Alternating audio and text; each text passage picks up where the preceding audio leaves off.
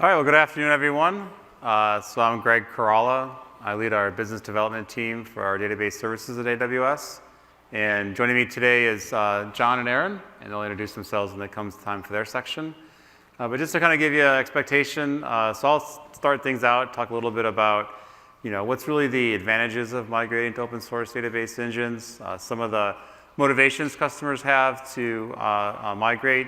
And then John will talk about actual mechanisms of migrating in terms of services we offer to help with that transition. And then Aaron will actually talk about at Finra how they were able to implement this and some of the lessons learned. And then our anticipation is that we'll leave about 15 minutes or so for questions because we want to make this interactive as well as much as possible. So we'll try to leave time at the end for Q&A. So just talking about open source database engines. So myself, I've been with AWS about 3 years. Majority of my career, I was at Oracle, where I was part of a pre-sales team for Oracle database. And I think if you're coming from a commercial database engine today, perhaps this kind of pattern of purchasing commercial licenses makes sense, right? And as you kind of increase capacity and you increase demand, of course, there's always a step function, typically at the end of the year, some kind that you have to true up, where you kind of see this ever-escalating commercial licensing costs for your databases, right? And oftentimes, this is one of the key motivations that customers come to us with, is that at some point, this cost curve becomes unsustainable, right? Or becomes too onerous to the business, and particularly if you're not using commercial applications that are dependent upon the commercial database itself. So many times, you might have a custom-built application, or you're not using all the features and functions that commercial databases provide. And so the question is, can we essentially set the high watermark in terms of the licensing fees and support maintenance fees, and then think about is there a way we can bring that down, right? So do an evaluation of our systems to understand which ones have strict dependencies, either from a code perspective or from application dependencies, and then segregate out the ones that don't have those dependencies and choose an open source database engine like MySQL or Postgres that could be an alternative to commercial database license. And I'll talk a little about how AWS can help that. And then, of course, some customers say that goal at the end is to be fully on open source engines, right? But in reality, particularly with enterprise customers, you say, well, there could be a core set of applications that really will continue to require the commercial database, and that commercial database can either be on AWS, either on EC2 or part of RDS, or even it could be on-premise database, right? So it depends upon where that makes most sense to run that. But for the rest of the databases, hopefully in the end, we're much more agile in terms of using the capacity we actually require, and then hopefully, from a cost perspective, taking advantage of a lot of the features that open source databases bring running on AWS platform. So, there's always a choice in terms of where you run your database within AWS. Of course, we call it the first option is self-managed.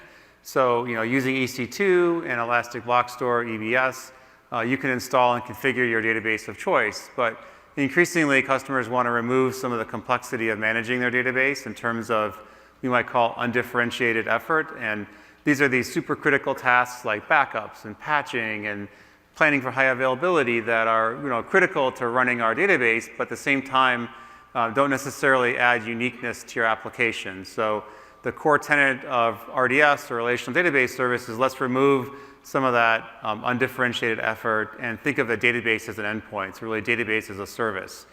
And then as you'll commonly find with AWS services, we want to enable choice through that. So we don't think that and don't want to force you into one database engine in the case of RDS to meet all of your needs. So we think by providing a wide spectrum of both commercial databases as well as open source databases can not only provide flexibility for your business, but also choices in terms of how you migrate.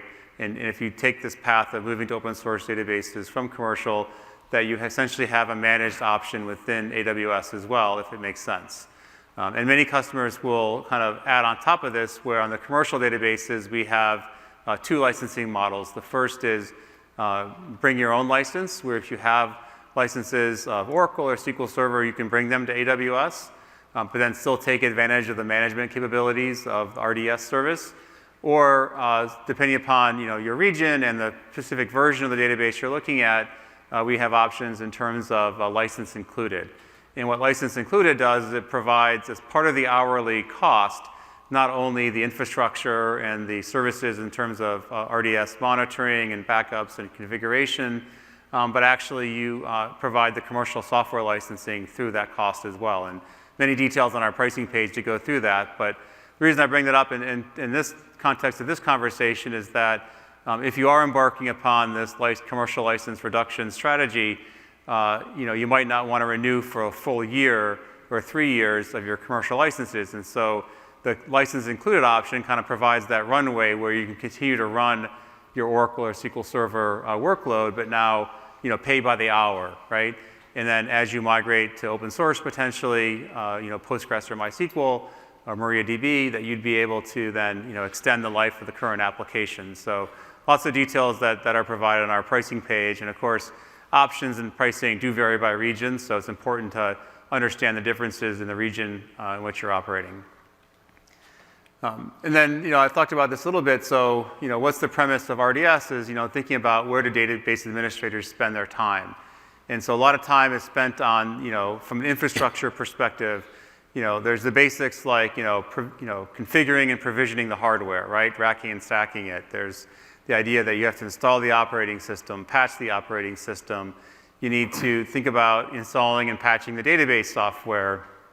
Think about storage and how much storage do I need to allocate, and what's the demand going to be like 1 year, 2 years, or 3 years, because you're essentially, purchasing this hardware to be able to run. But even if you choose to run your database on EC2, you remove some of that complexity, so it provides a lot of flexibility in terms of right-sizing your database workload to the actual computational and memory requirements.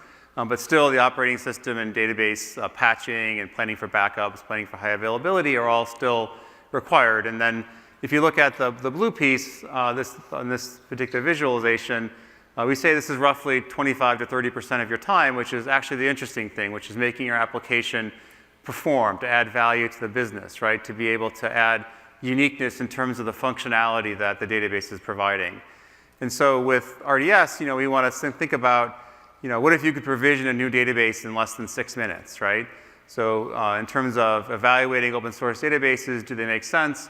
A lot of customers will say, well, I don't have the operational experience in terms of providing high availability or backups for Postgres, for instance, but by leveraging RDS service, this is all included, and you can quickly test and evaluate, and then if the test is successful, scale it to production scale, or turn it off, right? And this iterative approach really becomes an important step in terms of how we migrate. And then things like multi-availability zones. So how do I provision a standby database with a completely separate data center or availability zone? If you look at doing that on your own, sometimes it could take, I think we documented about 122 steps on MySQL for high availability and multi-AZ if you did it through EC2. But on RDS service, it's just a single API call or a single checkbox, which provides a lot of flexibility in terms of having that production quality database. And then patching on RDS, there's a lot of details in terms of how patches are applied. You can opt in or opt out of patches, but simplistically, we want to provide an automated way for database patches, for operating system patches. So of course, you have control in terms of when patches get applied and being able to test them beforehand, but always staying current on those becomes an increasing value proposition that customers take advantage of in RDS. And then the fact that RDS provides automatic backups is really important, as well as point-in-time recovery. So if there is a failure, certainly you can fail over to second availability zone, but also having your backups stored into S3 with 11 nines of availability provides assurance. And again, this is something that you just schedule the time of when the backups are taken, your database stays online, but is able to continue to run. And there's many other features in terms of security and encryption, and particularly if you're thinking about migrating from commercial database, high availability, encryption, security controls, oftentimes these are additional expenses or features that force you into sort of the enterprise edition of commercial databases, whereas from an RDS perspective, you can use all of these functions within open source framework just simply through the capabilities that RDS itself provides. Moving beyond just traditional RDS, we want to think about, and customers asked us to consider, well, that's great from an availability perspective, patching and backups, but still from the execution engine perspective, there's the idea that commercial databases provide superior durability or throughput or performance, right? We oftentimes, if you've seen any of the talks around Amazon Aurora, you'll hear that we wanted to reimagine the way the relational database worked, right? So if you're building a relational database today, you take advantage of cloud-native architectures and be able to deliver the performance and durability and availability of commercial databases, but do so at a price point more aligned with the open source ecosystem. And this is really what the design principles of Amazon Aurora. And so when we started with Aurora, you might be familiar, it's been available for over 2 years, and it has full MySQL compatibility, so MySQL 5.6 compatibility. And I didn't get a chance to update the slide, but if you're part of the keynote yesterday, we also extended the Aurora to now have Postgres compatibility as well. So we have the choice of either MySQL or Postgres compatibility. So sometimes I get asked, what's the on-premise equivalent of Aurora? And of course, that answer is MySQL or Postgres, right? So from an application perspective, from the query execution perspective, schema perspective, 100% compatible. I'll walk through some things we've done at the storage side to make it unique. So really, we talked about this idea of a storage, service-oriented architecture applied to the database, right? So we thought about, purpose-built storage for database workloads on transaction processing, and we wanted to spread that across multiple availability zones to provide high availability and separate out the storage from the database, and then think about the different layers of the database architecture, and can we segment those out into services and then use native AWS services like DynamoDB and simple workflow to essentially provide the coordination. And so from a storage perspective, again, from the API perspective, SQL perspective, compatibility perspective, we have full compatibility with MySQL and Postgres, but from the storage perspective, now we are starting to deliver on many of the performance, increasing performance that commercial databases offer. So Aurora storage is not available to systems outside of Aurora. It's purpose-built. It requires 3 availability zones. It actually looks at 10 megabyte sections of redo logs and replays those redo logs directly in storage, and then replicates them 6 times across 3 availability zones to provide high availability for your database transactions, and then continuously and automatically pushes those changes down to S3 as well. So of course, there's 6 copies across 3 availability zones of your data in the Aurora storage, and then it's continuously and automatically replayed back into S3, which provides the 11 nines of availability there. And some of the benefits is, of course, instant crash recovery. So if you ever had a failure or had to look at, failing over to separate database instance, the database needs to catch up, and so failover might take, 15 seconds, 30 seconds, whatever, but it might take a few minutes for the database to process through the archive log files or whatever files there might be to get the point in time back and the database up and running. Of course, with Aurora, because we have segmented these out into 10 megabyte chunks, they're able to replay a lot faster. And so we say it's nearly instantaneous crash recovery for database. So when we do a failover in however unlikely event of a failure, the database can be up and running typically in less than 45 seconds, which includes the time to detect the failure, move the DNS information over, and then start the database up and get it open. And some customers actually find that time to be significantly less than 45 seconds, but as a rule of thumb, significant gain over even RDS architecture. And then the other point that we deliver through Aurora is the fact that the database cache remains survivable in case of failover, right? So one of the problems of standby database is if it does fail over and I go through my crash recovery, within the database cache, all the database objects need to be repopulated back into memory, and that takes a period of time. But with the Aurora storage engines, again, for both MySQL and Postgres, provides a survivable cache. So this provides significant application performance in the event I do need to fail over to one of my standbys. And then with Aurora, I moved beyond the RDS model of a single failover target that remains inaccessible except in the case of a failure, but now I can have up to 15 Aurora replicas across 3 availability zones. Any of those 15 replicas can be failover targets, and you can set precedents in terms of which one goes first, second, third, fourth. But then the standby database is also available for reads, which can be an important cost-saving consideration. So, the Aurora storage, one, it can go up to 64 terabytes. You only pay for the storage you're actually using, so it dynamically grows. And then the fact that, your standby database can now be read from kind of results in, customers actually find lower cost by adopting Aurora than even if they're running RDS MySQL, because in RDS MySQL, your standby database is not available for reads. It's only there for failure. And then also you have to pre-allocate storage in traditional RDS model, whereas with the Aurora storage, you can just simply start expanding dynamically in 10 megabyte chunks, which provides net cost savings for most customers.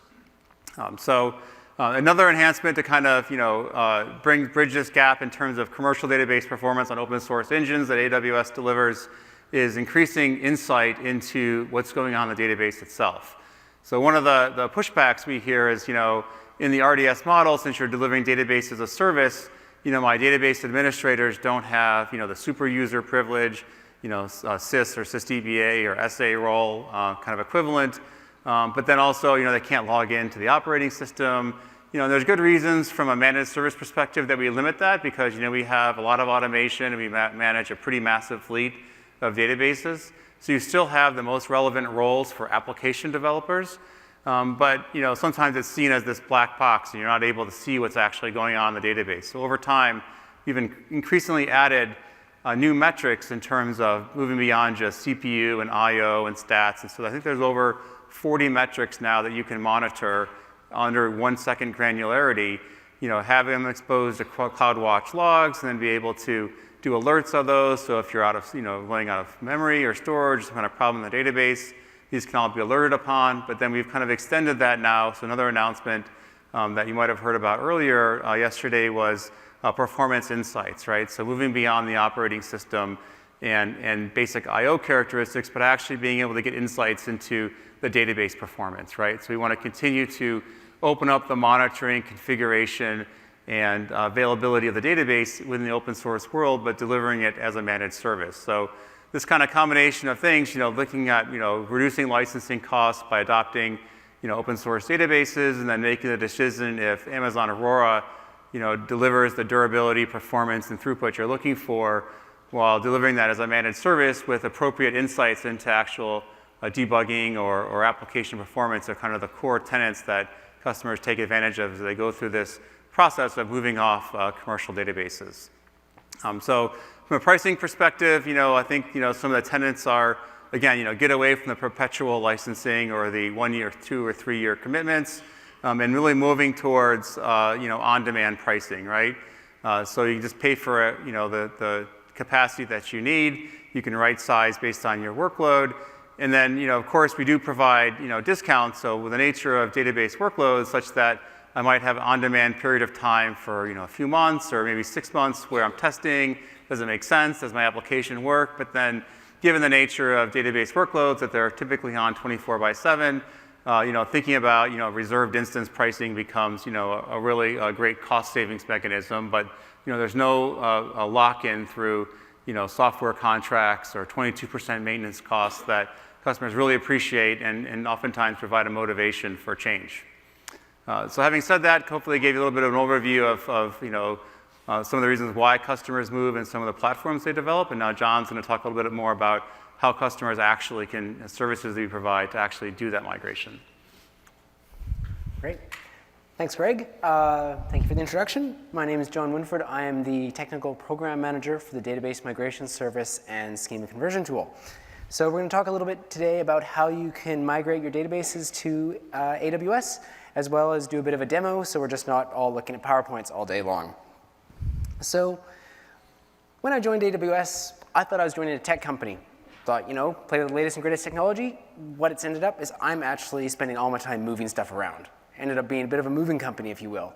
But in all this experience helping many thousands of customers move their databases, I've come up with a lot of interesting tidbits of information and things that people need to be aware of. Because as much as I like to project that migration is easy, the fact is it's not an afternoon project, and a lot of analysis and thought is really a good thing to put into your project before you get going. Things to think about right off the bat are, can you afford downtime? Because if you can afford downtime, your migration options are much wider than if you can't. It makes it simpler, but it has those drawbacks about being a bit more intrusive to the end users. If you're doing a migration, is it a good time to think about moving off a commercial database? Greg talked a lot about some of the advantages of the open source platforms, but of course, what with RDS and EC2, you can stick with what you've got, no problem at all. As part of the migration, you could also think about, what data you need to bring. Do you need to bring everything that you've ever recorded for all time? Now, I know when you probably speak to your finance department, they're going to say, oh no, we need that data from 1972, but do you really? Migrating into the cloud is a good time to look at shrinking that down and just bringing what you need. Now, as much as we like to talk about moving to open source, fully aware that it's not always plausible, but a good thing to do is take an inventory of your applications and go, do they support another database engine? Things may have changed since you purchased it. They may have added new engine support. Or if you have in-house applications, what's the effort that it's going to take to change it to work with a new engine? And probably more importantly than anything else, do you have the technical expertise to support a new engine type? Although all database engines are inherently similar, there's obviously some technical differences. I'm not saying people can't learn, but if you are going to switch engines, it's something to consider. And the other bullet point I usually have at the end here is, are you aware of some of the benefits a managed service can bring? I think Greg's gone through a lot of those, so I would answer that question yes right now. So this is going to sound sort of strange coming from me, but in a way, we don't care what you use to migrate to the cloud. We just want you to migrate. So I'm here to talk about DMS and SCT, but it's actually important to note there's a lot of other options, especially like I mentioned, if you're willing to take some downtime. If you're not willing to take downtime, this list gets a lot shorter, but if you are, there's some great options out there. Things like with SQL Server. The RDS team recently announced the support for backfile import, which is something you won't find anywhere else. So if you can take that outage, great. Just take the backfile. It's going to be the simplest way to get your data into the cloud. Now, that's not to say you can't use it in conjunction with things like DMS to actually replicate the changes across if you wanted to after the fact. But just be aware of some of the options that are out there. MySQL read replicas, perfect example. If you're going to stick with the MySQL platform, there's no harm at all going that route. And of course, the other engines have their own equivalent of the way you can get data in and out. But as I mentioned, if you want to have a low downtime migration, that list gets a lot shorter.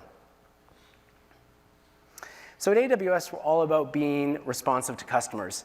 And one of the things we heard for many years was that customers wanted it to be easier and less intrusive to migrate to the cloud. What I mean by less intrusive is that your end users aren't actually going to even know that the migration is happening. The downtime during the migration to switch from your original source on-premise to your new cloud will be very minimal, in fact, on the order of seconds to minutes as opposed to hours. And then once the migration is complete, customers asked us to enable ongoing replication, ongoing sync between your on-premise system to the cloud to make sure everything's all good, or perhaps synchronizing back to on-premise if you feel you need to have a DR on-premise. And the other thing they've actually asked is to enable a sync between database engines.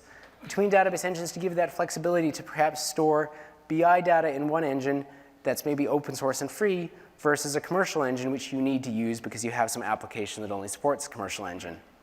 Now, all of that said, this sync and the ability to move between engines addresses one of our #1 requests, and that is the ability to move off commercial license-intensive engines onto cloud-native open source solutions. So it's with all that in mind that we came up with DMS. For those of you that were here last year, Andy announced it last year at reInvent, we went into a beta program and we opened it up GA early 2016. It's now been widely available. We've had a number of new updates, and we've actually added a number of new engines. The great thing about DMS is we designed it to be simple. You can get going in 10 minutes or less, and we designed it to enable a near zero downtime migration. The kind of catchphrase we use is we try to call it a replication Swiss Army knife. We give you the ability to move between engines, between on-premise, EC2, RDS, or back the other way. It's always a good time to point out that AWS doesn't believe in vendor lock-in. If you want to use DMS to move your data back out of the cloud somewhere else, you can do it. The only restriction we have with DMS is you can't move your data from an on-premise system back to an on-premise system. And good time to just reiterate That Amazon Aurora logo actually includes the new PostgreSQL compatible version, so you can definitely use DMS to move data from whatever data source you're using into the new Aurora PostgreSQL compatible edition. So you won't get into these details in some of the big keynotes. Migration is a complicated thing. If you're moving data, that's only one part of the equation. There's actually this whole thing called the database schema, which I'm sure everyone in this room knows about. DMS is primarily a data mover. If you were to fire up a DMS task right now and move data from source to target, DMS is going to create the tables that it needs to move data. It's going to use the same names, the same data types, or the equivalent data types in a new engine type, but it's not going to move all the other stuff, the stored procedures, the triggers, the views, all of the sort of almost intelligence part of the database, if you will. That's where the schema conversion tool comes in. It's a free download off our website, and it helps you convert from one engine type to another and move all of those objects across. It's not going to get it 100%. Obviously, there are some very engine-specific things that differ from engine to engine, but it gets a huge percentage of it and will save you many, many hours of work. And it's available for a lot of different engines. Here are all the relational engines SCT works with. So you can see you could convert an Oracle schema to Postgres, or just as easily, if you were in MySQL and you wanted to try out Postgres, it can help you convert that schema as well. Just reiterating, free download, give it a shot, works with a variety of different platforms, and it really does help automate that conversion between engines. We actually also recently added what we call Schema Copy. So your actual first step of a migration is to move your schema. Even if you're sticking with the same database engine, SCT can actually copy that schema, say from one Oracle database to a new empty Oracle database, and then you use DMS to move the data across. It has some neat features in there. It will highlight, for example, if you are using features in your source schema that would not be available in RDS. Sometimes RDS isn't going to be the solution for you, and this will do a good job about telling you what will and will not work. It will also help automate code changes. So if you have a bunch of in-house applications, after you've converted your schema, you can point it at your source code repository, and it will scan your source code and attempt to change any embedded SQL statements from whatever they were written in to whatever the new target language will be. SCT is also available for data warehouse conversions. So if you're looking to move off one data warehouse engine, and obviously we're a little bit biased here, to Amazon Redshift, it can help convert that schema and optimize it by evaluating your usage as well in the process. So to reiterate, data migration is a two-step process. Your first step is to move your schema. Your second step is to move your data using DMS. Now, moving your schema, as I said, you can use SCT, whether you're switching database engines or sticking with the same engine, or you can use your native tools if you're more comfortable, if you're staying with the same engine type. So say you were working with SQL Server, you could just use SQL Management Studio to export your schema and then import it and apply it to your new target before using DMS. You certainly don't have to use SCT. So how is it that DMS enables near zero downtime migration? If you look at the picture up on the screen, although it does say customer premise and AWS, remember, like I said, you can easily use this to go the other way, so you could reverse the diagram, or you could be moving data between EC2 and RDS.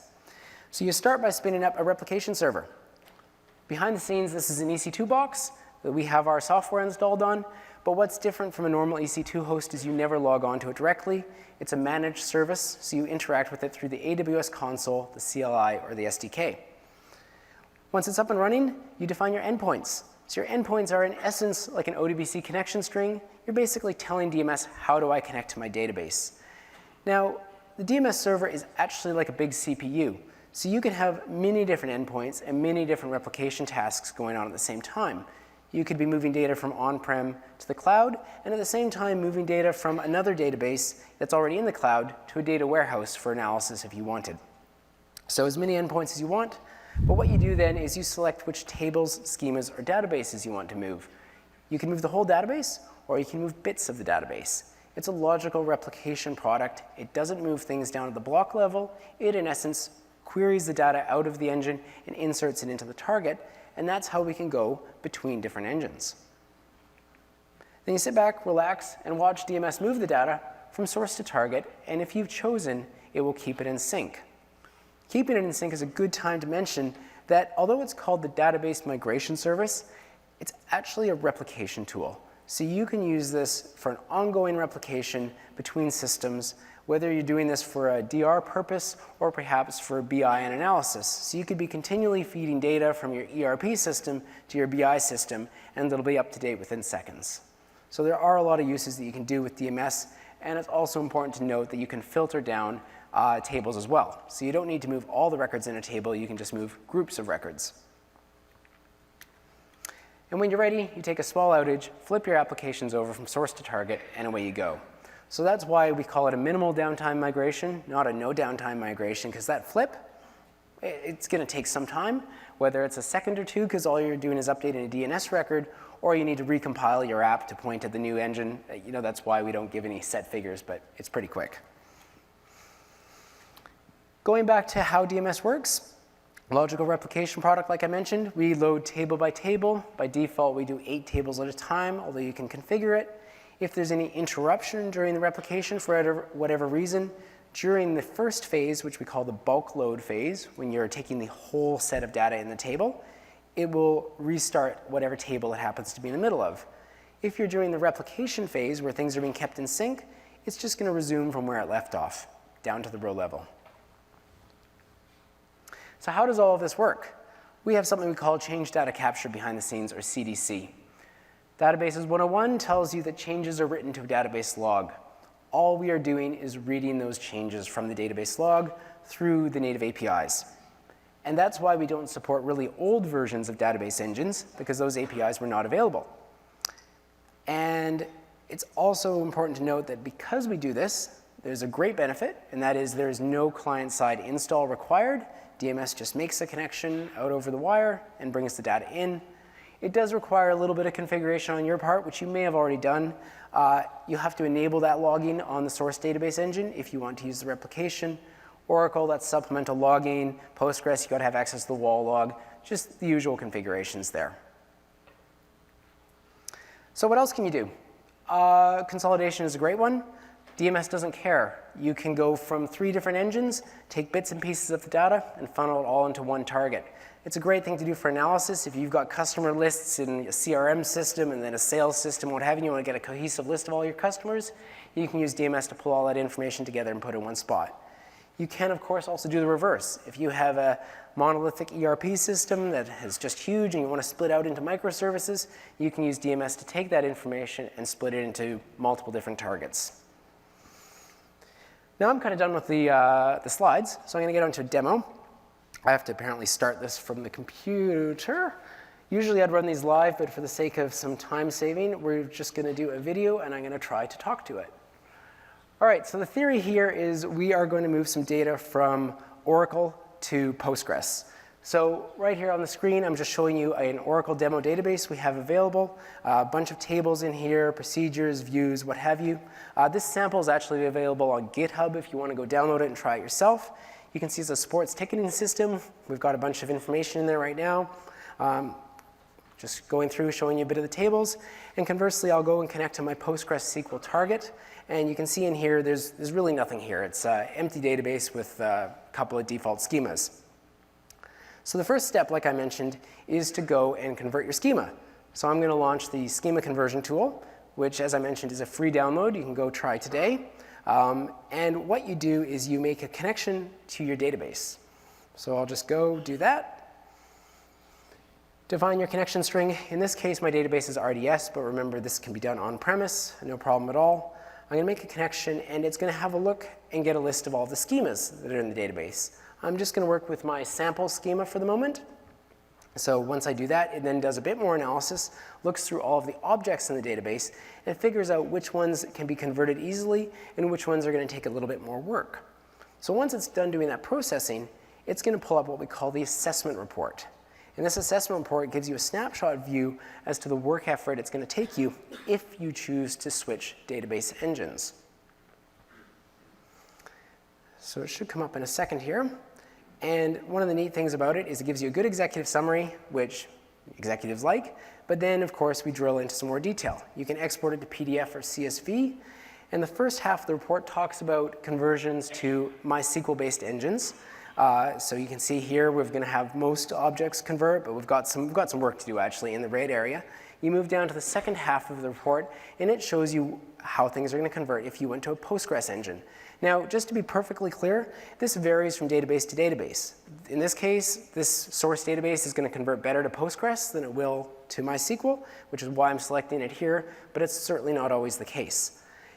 I should mention that SCT is going to work fine with the new Aurora version, but this screenshot was done before that was released.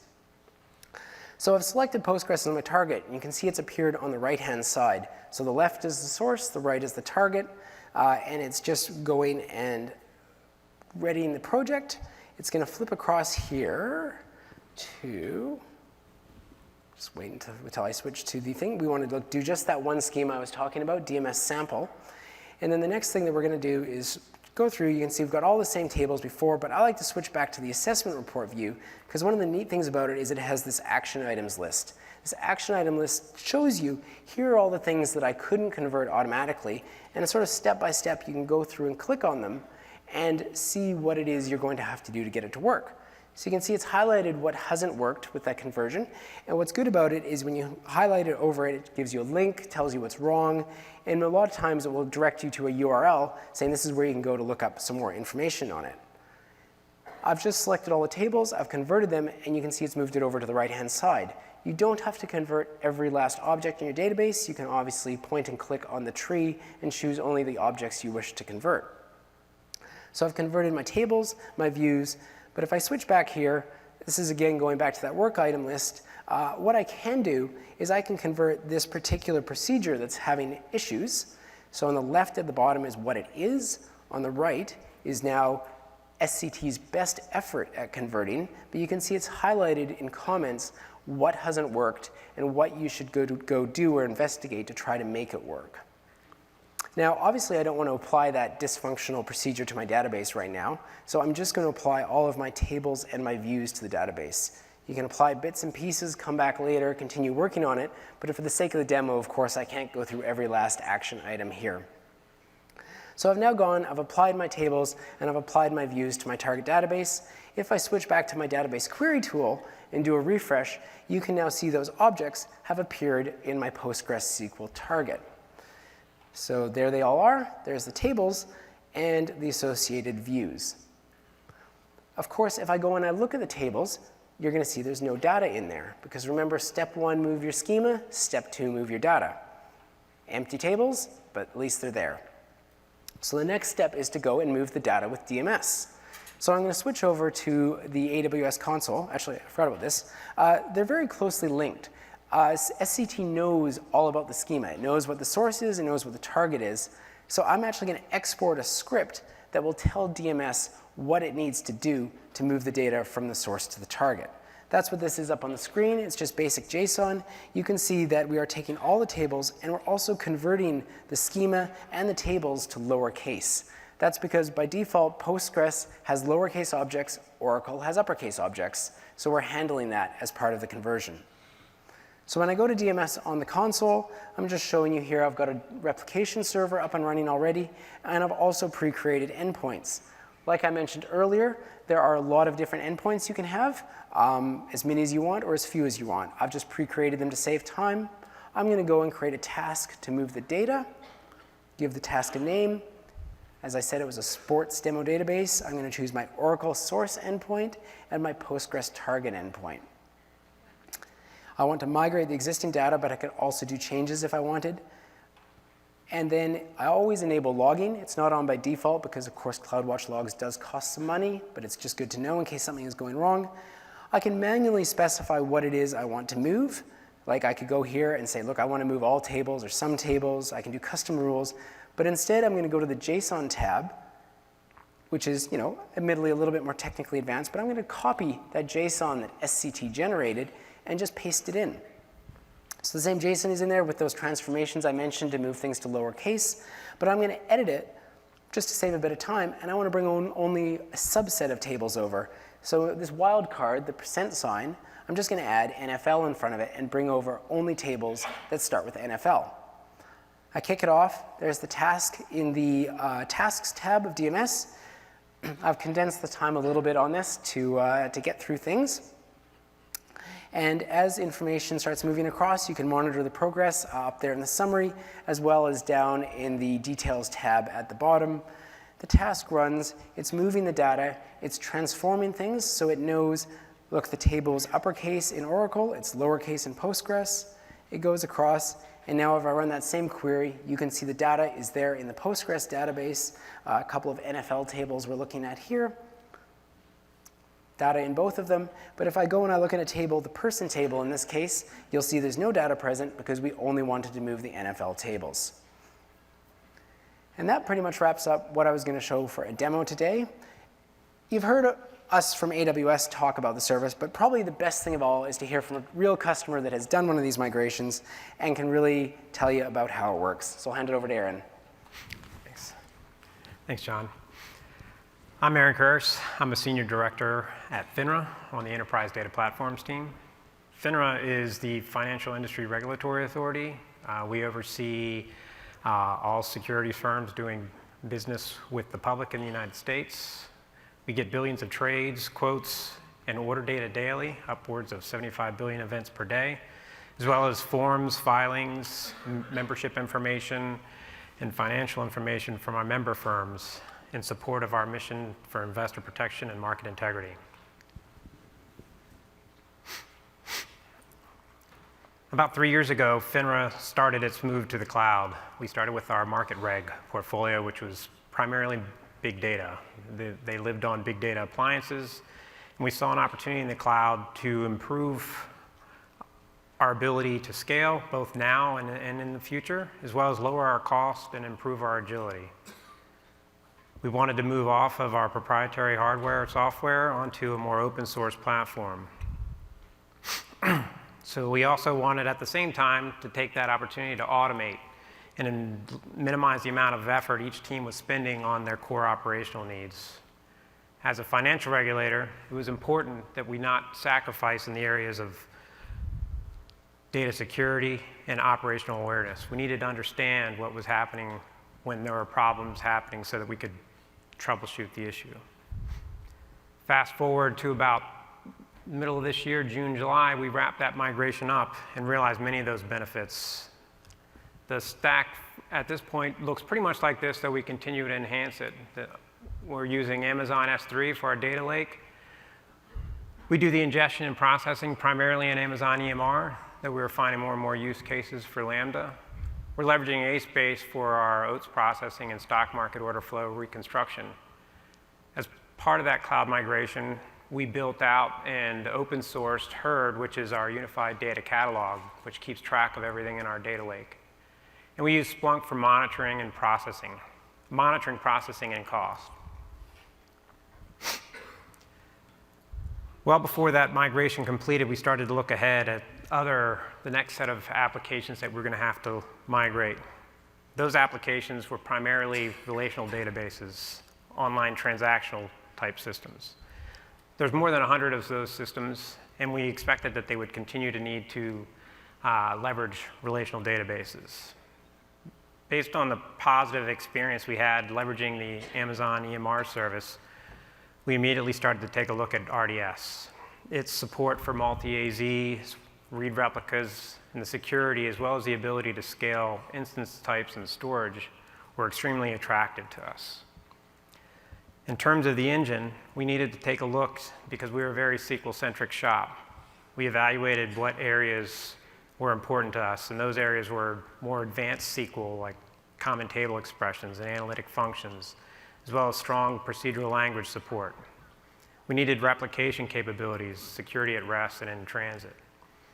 And it needed to perform well even in the more complicated SQL. So for us, the answer was Postgres. So for me, one of the areas I needed to focus on was actually our data sharing hub. These applications rely heavily on this hub. The hub exists in our on-premise environment today and was built in response to a growing problem we were having with point-to-point dependencies between databases. Those point-to-points were creating challenges where the consuming application would create performance impacts on the providing database. As well, there was a potential for a coupling of SLAs where consuming application may have a much tighter SLA than the database that it was pulling from, in which case it would automatically elevate the SLA of that source database. This was primarily done using Oracle materialized views. So we moved to this hub architecture, which you can kind of see, I guess, to your left, where applications that want to expose certain data sets to other applications do so through replicating a materialized view into the hub, and consuming applications are able to leverage that data via materialized view replication out. So the next step was to figure out what this would look like in AWS. Obviously, as I already mentioned, the hub would be sitting on an RDS PostgreSQL database. It would leverage the multi-AZ support that comes out of the box, as well as KMS encryption for our data security needs at rest, and enforce SSL connections. We saw good potential in offloading some of the read traffic using the read replicas. And we played around with some of the early incarnations of the AWS database migration service. I think it was the database migration tool, and saw some benefits there. It supported the database engines we needed to support, but most importantly, the database migration service exposed an API which would allow us to automate this. So the problem solved? Not quite. We can't expect all 100 databases to move in one weekend. We can't expect that every time one database moves, all of its dependent applications make either code changes or move along with them. So we had to find some way to minimize the impact for each of these application databases to move to the cloud. So it got a little bit more complicated. In the end, we introduced an intermediate state where we actually kept the on-premise hub database up and available to support the replication needs of those applications still residing in our on-premise data center, and are standing up our AWS implementation leveraging DMS. So those applications that did move to the cloud would be able to leverage the new hub in AWS. But we would expand the expectations of DMS. We would actually use it to replicate the data that was produced in the cloud back down to our on-premise hub, as well as replicate the data from our hub from the providers inside of our data center up to the cloud. This would minimize the amount of impact each application would feel as their perhaps upstream data source moved to the cloud. They would continue to be able to replicate the data out of the on-premise hub, even though their partner's database was no longer on-premise. So we decided to wrap that DMS API because our overall service needed to support a few additional items. We wanted to be able to support user grants and administration on those hub objects that the producer applications created. The producers own the entire what we call data interface. They're responsible for defining what they want to expose as well as who should have access to it. We also wanted to give them the ability to create secondary indexes and views on top of the tables they exposed. As well, we wanted to capture metadata and register these data interfaces in that herd unified data catalog that we mentioned before. In addition, automation lights out operations as a first-class citizen at Finra. So we wanted to incorporate the process in their overall SDLC. We wanted to have them actually register the changes that they were going to be making in their replication tasks inside their code repositories and test it along with the code that they were doing with each change. So some lessons we learned along the way. Limited lob setting versus full lob had no real benefit, having no real benefit above 64K. We found it to not be terribly beneficial for us. That setting is at the task level, which is also the transactional boundary.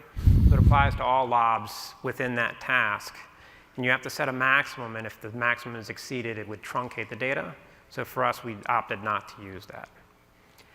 Instance types matters, that's not news, but I think a lot of times people look at instance type and their first thought is look at CPU and RAM.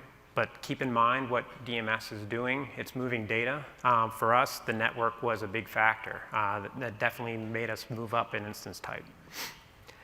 case sensitivity in terms of table names. If you have mixed case and that case difference is the only thing that's differentiating two tables, those can be challenging. Pay attention to those. Single byte character to UTF-8. For us, the best approach was to actually pre-create these tables. You could use SCT to do that. If you leave it to DMS, it will widen the columns to account for the potential multi-bytes. DMS also exposes error behavior settings, which allows you to have more granular control about the state of a task when it encounters certain conditions. We found those to be very important for us to be able to control and have tasks stop when certain conditions are encountered. Be aware of your CloudWatch retention. By default, I believe that is set to forever, which can lead to filling up your replication instance storage, which leads to the next one. Pay attention to your DMS replication instance storage. If that fills up, your tasks tend to become unresponsive, and you're probably going to need to manually intervene to try and get things right again. Also for us, some of the documented scenarios that DMS doesn't support, they definitely call this out, can be very hard to detect. And two of them in particular are updates to primary keys, which is something that you don't expect to happen, but if it does happen, you want to know so that because your replication may break, you'll start to diverge from the source. In addition, table truncation on the source side can also lead to those same type of scenarios. Features we want to see. For us, we'd like to see better support for scaling of DMS. What we mean by that is really more horizontal scaling.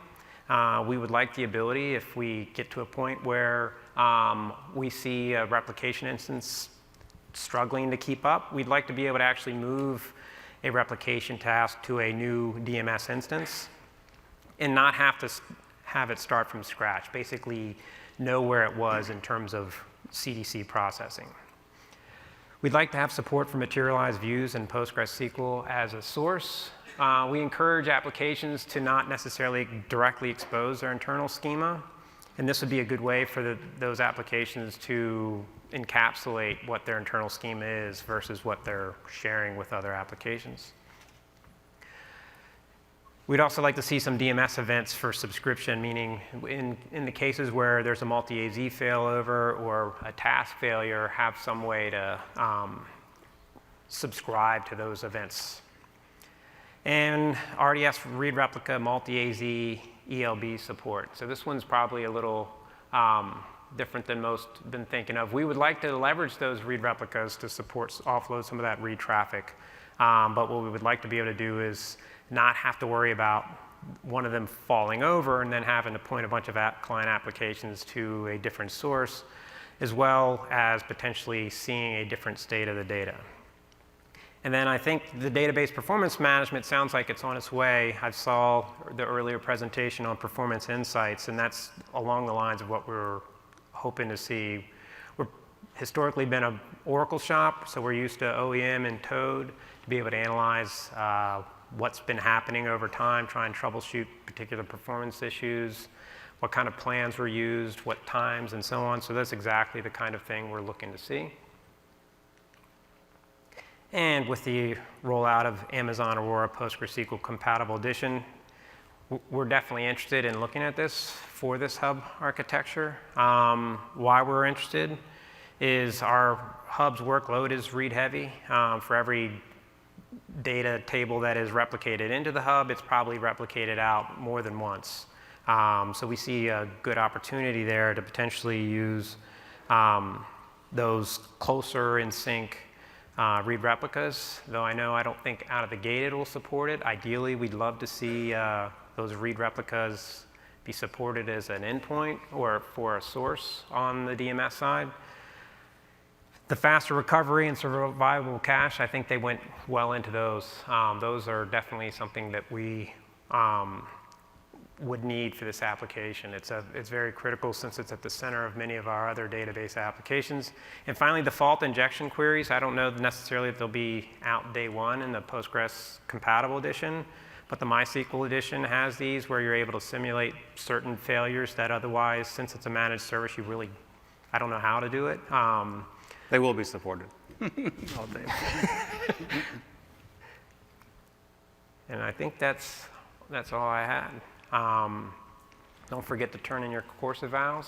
Yeah, so I think we have about a few minutes left for questions, and just one thing on his feature list. So, one of the point in the failure scenarios. So in Aurora, you through SQL. So we mentioned that Aurora is fully 100% compatible with MySQL and Postgres, but some additions we did put into it is you can actually through SQL simulate an availability zone failure, a disk failure, a storage node failure, all through SQL, which kind of helps for testing the application. And that's because it's actually a feature of Aurora storage. The Postgres would support that. That's good. That's a kind of, we actually did rehearse beforehand. And then, with Aurora, you can have up to 15 replicas. So 15 replicas that all read off the same storage.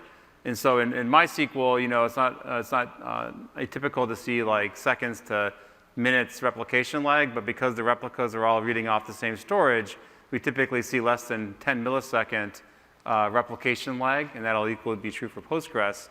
And a new feature that came out for MySQL, which will take a little bit of time for the Postgres side, but we do have a single endpoint for all your up to 15 readers, and we load balance between all of them on the MySQL side. So.